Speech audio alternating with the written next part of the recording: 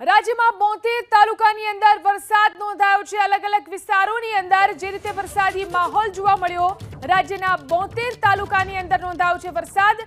સાંજે અને રાત્રિના સમયે અનેક વિસ્તારોની અંદર વરસાદ જોવા મળ્યો।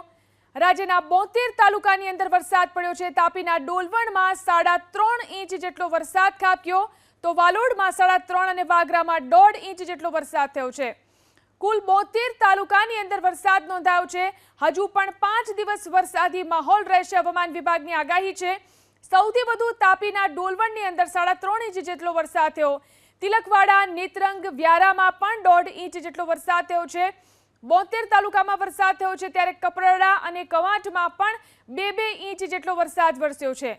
જે રીતે ગઈકાલે અનેક વિસ્તારોની અંદર વરસાદી માહોલ જોવા મળ્યો, કપરાડા અને કવાંટમાં 2-2 ઇંચ જેટલો વરસાદ થયો।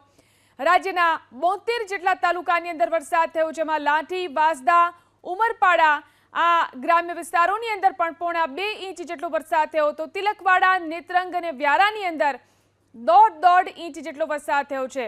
દક્ષિણ ગુજરાતની અંદર અનેક વિસ્તારોમાં વરસાદ થયો છે। શિનોર, ચીખલી, માંગરોળની અંદર પણ 1-1 ઇંચ વરસાદ થયો। મધ્ય ગુજરાતના પણ અમુક ભાગોમાં વરસાદ છે।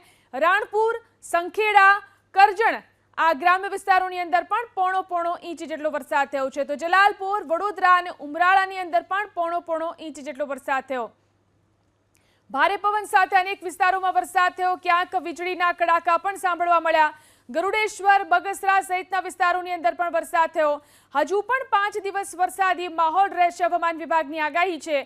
ત્યારે ગઈકાલે સાંજે અને રાત્રે અનેક વિસ્તારોની અંદર વરસાદ થયો છે। વાલિયા, ધાનપુર, શિહોર, ધોલેરાની અંદર પણ હળવો વરસાદ થયો। ગઈકાલે અનેક ગ્રામ્ય વિસ્તારોની અંદર વરસાદ જોવા મળ્યો, જેમાં પાવી, જેતપુર, ગરબાડા, વાગરા, ડેડિયાપાડા આ વિસ્તારોની અંદર હળવો વરસાદ પડ્યો।